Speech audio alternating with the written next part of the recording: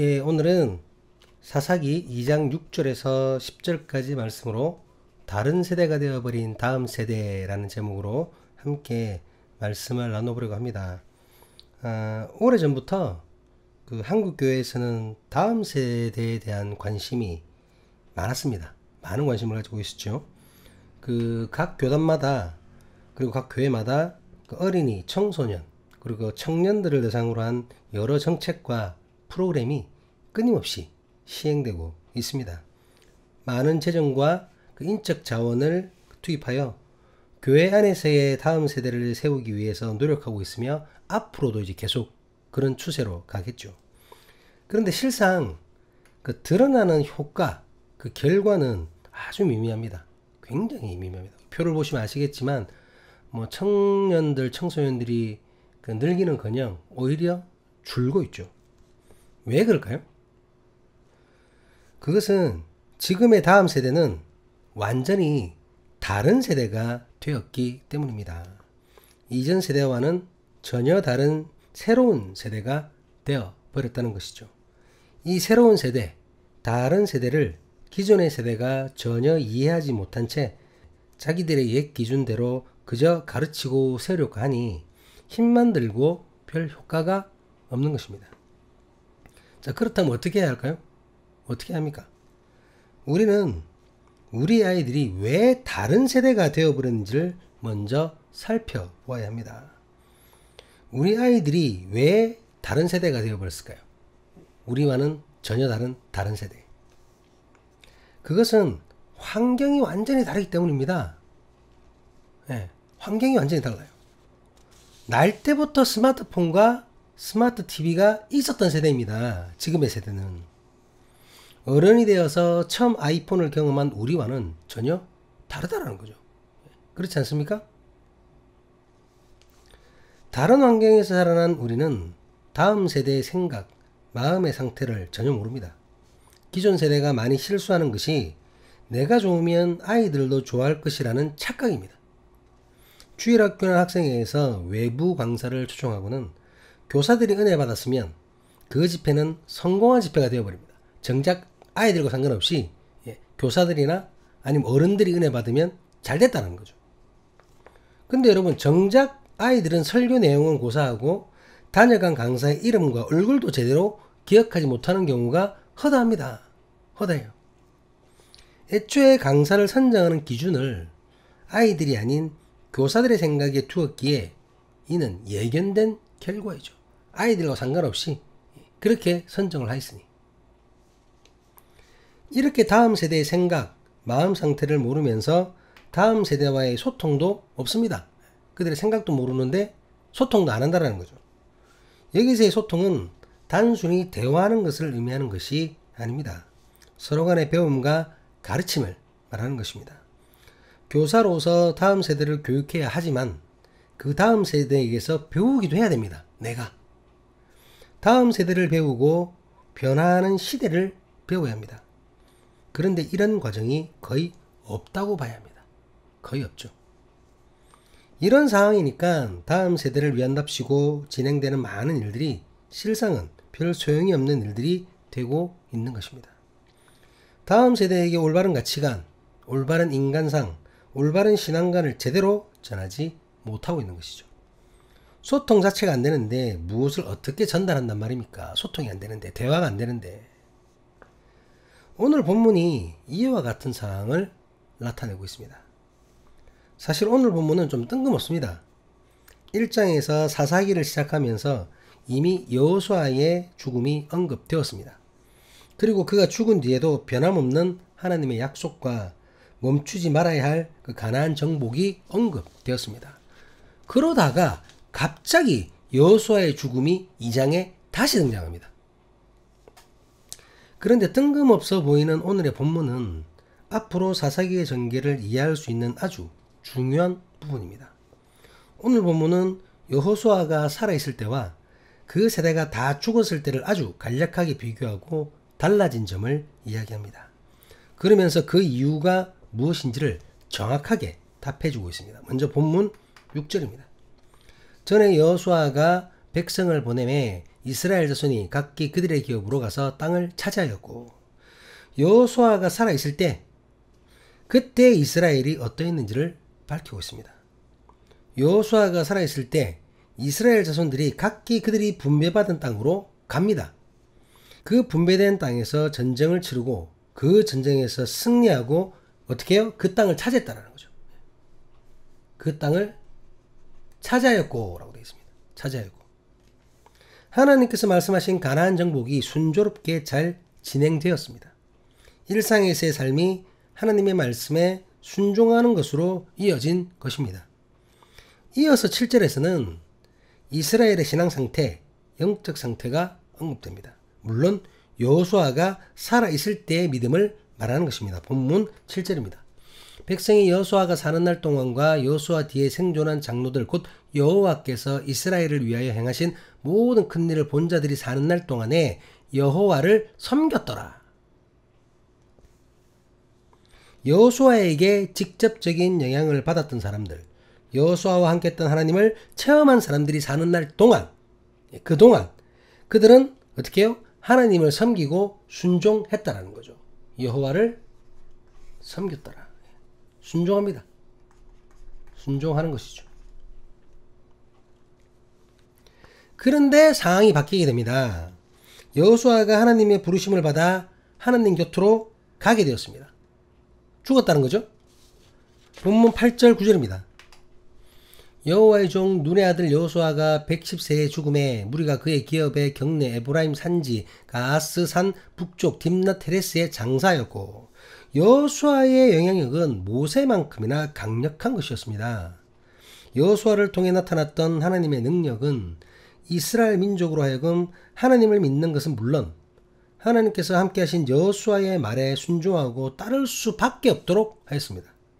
그런데 이 강력한 지도자가 안타깝게도 자신의 뒤를 이을 후계자를 남기지 못하고 죽음을 맞이한 것입니다.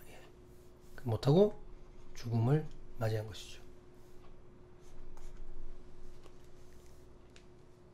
우리가 사사기를 1장에서부터 살펴오는 동안 계속해서 보게 되는 것이 무엇이었습니까? 그러니까 여호수아가 죽고 난 뒤에 드러난 모습이 무엇이냐는 거죠. 삐걱대는 이스라엘이었습니다. 승리하는 듯 제대로 승리하지 못했고, 성공하는 듯 어설프게 성공하는 불안불안한 모습의 이스라엘이었습니다. 계속해서 불안하고 삐걱대고 간신히 어정쩡하게 가나안 정복을 이루어 나가고 있었습니다. 이 불안불안한 전진도 그나마 여호수아를 경험하고 여호수아와 함께 하셨던 하나님을 체험했던 사람들이 살아있을 때 이야기입니다. 그러니까 여호수아는 죽었지만 여호수아와 함께 했던 하나님을 체험했던 사람들, 그 세대가 살아있을 동안만 그랬다라는 거죠. 그런데 어느 정도 가나안 정복이 이루어져갈 무렵 여호수아가 살아있을 때 함께 했던 사람들이 모두 죽어버린 것이죠. 그 세대가 다 죽었다라는 거예요. 이때 이스라엘은 어처구니 없는 상태가 되어버립니다. 우리 본문 10절 말씀입니다. 그 세대의 사람도 다 그 조상들에게로 돌아갔고 그 위에 일어난 다른 세대는 여호와를 알지 못하며 여호와께서 이스라엘을 위하여 행하신 일도 알지 못하였더라. 이게 도대체 여러분 무슨 경우입니까? 이스라엘이 하나님께서 선택하신 민족이 어떻게 해요? 하나님을 모른다는 겁니다. 여호와를 알지 못하며 행하신 일도 그 행하신 일도 알지 못하였더라. 모른다라는 겁니다.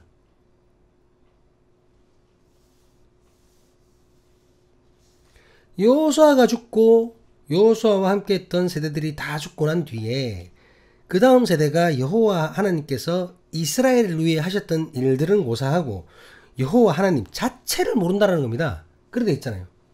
여호와를 알지 못한다고. 하나님 자체를 모른다는 겁니다. 모세를 통하여 이스라엘을 애굽에서 살리신 일, 그 넓은 홍해를 가르신 일, 광야에서 만나와 메추라기를 내리신 일, 구름과 불기둥으로 그들을 인도하셨던 일을 전혀 모른다는 것입니다. 아니 그때는 너무 옛날이니까 아주 옛날이잖아요. 그러니까 모를 수도 있다고 합시다. 그렇게 쳐요. 그런데 여호수아와 함께 요단강을 육지처럼 건넌 일, 소리치는 것만으로 여리고성을 무너뜨린 일, 하늘의 해를 멈추게 하여 전쟁에서 승리한 일, 이 모든 일을 전혀 모른다라는 것입니다. 이 모든 일을 행하신 하나님을 모른다는 것입니다. 이런 상황 이해되십니까, 여러분? 이해가 되세요? 말씀의 서두에 언급했던 것처럼 이스라엘의 다음 세대는 진짜로 다른 세대가 되어버렸습니다. 하나님을 아는 세대에서 하나님을 모르는 세대가 되어버렸습니다. 왜 이렇게 된 걸까요? 왜 이렇게 되어버렸습니까? 이스라엘이. 이것은 지금의 우리 아이들이 다른 세대가 되어버린 것과 이유가 크게 다르지 않을 것입니다. 이전 세대와 이후 세대가 환경이 전혀 달랐다는 거죠. 환경이 전혀 달랐습니다. 여호와와 함께 했던 세대는 광야 생활을 함께 했던 세대입니다. 광야에서 40년간 방황을 했잖아요. 요단강을 함께 건넜던 세대입니다. 다른 민족이 이미 살고 있던 땅에서 목숨을 건 전쟁을 치르고 그 땅을 차지했던 세대였습니다. 그런데 그 이후의 세대는 그것이 아니라는 거죠. 이미 정복된 땅에서 태어난 세대들이에요. 물론 아직 남아있지만 거의 정복해 가고 있던 그 세대입니다. 광야를 방황할 일이 없었습니다. 넘쳐나는 요단강을 건널 일도 없었어요. 그런 걸 경험한 세대가 아니라는 거죠. 그러니 사고방식이 완전히 다를 수밖에 없는 것입니다. 여호수아가 살아있을 때 그 함께했던 세대와 그 이후의 세대는 생각이 다르고 가치관이 다르고 아마 이방민족을 바라보는 관점마저도 달랐을 것입니다. 그렇지 않나요? 이런 상황에서 여호수아 세대의 어른들이 결정적으로 실수한 것이 무엇이겠습니까? 다음 세대를 다른 세대가 될 수밖에 없도록 만들어버린 그 결정적인 이유가 무엇이겠습니까? 그것은 다음 세대와 소통하지 못한 것입니다. 다음 세대와 소통하지 못한 것입니다. 소통이 안 됐다는 거죠. 새로운 세대를 알아가는 배움이 없었고 그 새로운 세대에게 하나님을 제대로 전하는 가르침이 없었다는 것입니다. 우리 본문 10절을 다시 한번 읽어보도록 하겠습니다. 그 세대의 사람도 다 그 조상들에게로 돌아갔고 그 후에 일어난 다른 세대는 여호와를 알지 못하며 여호와께서 이스라엘을 위하여 행하신 일도 알지 못하였더라. 어떻게 여호와 하나님을 모를 수 있습니까? 어떻게 여호와 하나님을 모를 수 있습니까? 가르치지 않았기 때문이죠. 하나님을 교육하지 않았기 때문입니다. 이스라엘이 가나안 입성을 하기 전에 모세가 신명기 설교를 통해서 계속해서 강조한 것이 무엇입니까? 기억하라입니다. 기억하라. 애굽에서 인도해내신 그 하나님을 기억하라는 겁니다. 자카르, 기억하라. 구름 기둥과 불 기둥으로 광야에서 인도하신 하나님을 대대로 잊지 말라는 것이었습니다. 잊지 않고 기억하고 나의 자녀 또한 알게 하라고 당부했는데 그런데 그것을 하지 않았다는 이야기죠. 뭐 하지 못했는지 하지 않았는지 어쨌든 안 됐다는 겁니다. 그러니 다음 세대가 하나님을 모르는 것입니다. 모르는 것이라는 거죠. 아니 가르쳤다고 하더라도 잘못 가르쳤겠죠. 다음 세대의 특성을 모른 채 그저 자기 방법대로 전했던 것입니다. 뭐 광야에서 고생했던 이야기만 했겠죠. 우리 때는 어땠는데 나 때는 말이야 막 이랬을 거 아닙니까? 요즘 세대는 좋아. 요즘 젊은이들 고생을 몰라. 광야 방황할 때 하늘의 메추라기 만나 먹으면서 말이야. 너네는 몰라. 막 이랬을 겁니다. 그러니 재미도 없고 관심도 없고 들어도 무슨 말인지 모르겠고 따분하고 하품만 나오고 두 번 다시 듣기 싫은 거예요. 라떼는 말이야 이러고 있으니. 이러니 하나님을 어떻게 기억한단 말입니까? 기억하기는 그냥 하나님을 알게나 하겠습니까? 하나님을 모르는데 하나님이 하신 일은 당연히 관심도 없는 것입니다. 이렇게 다른 세대가 되어버린 하나님을 모르는 세대가 되어버린 이스라엘은 이후에 혹독한 시련을 겪게 됩니다.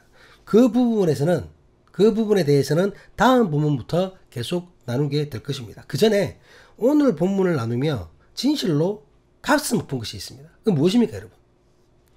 목숨을 걸고 전쟁을 치르며 하나님께 순종했던 여호수아 세대의 사람들입니다. 그런데 그들의 아들, 딸, 그 아들, 딸의 아들, 딸, 그들이 하나님을 모르는 인생이 되어버렸다는 겁니다. 하나님을 모르는 인생이. 하나님을 모른 채 인생을 살다가 그냥 그대로 그 인생이 끝나버린다는 것입니다. 이런 억울한 때가 어디 있습니까? 이런 억울한 때가. 내 아이가 그렇게 되었다고 생각해 보세요, 여러분. 괴롭지 않습니까?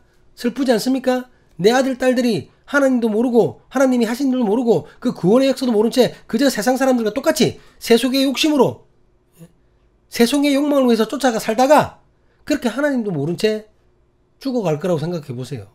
얼마나 민망하고 가슴 아프고 억울하고 슬픈 일입니까? 그렇지 않습니까? 오늘 본문은 우리에게, 기존 세대에게 이러한 아픔을, 이러한 슬픔을 생각하라는 그 말씀인 것이죠. 말씀을 마무리하겠습니다. 오늘 말씀을 통해 우리가 잊지 말고 기억해야 할 사실이 무엇입니까?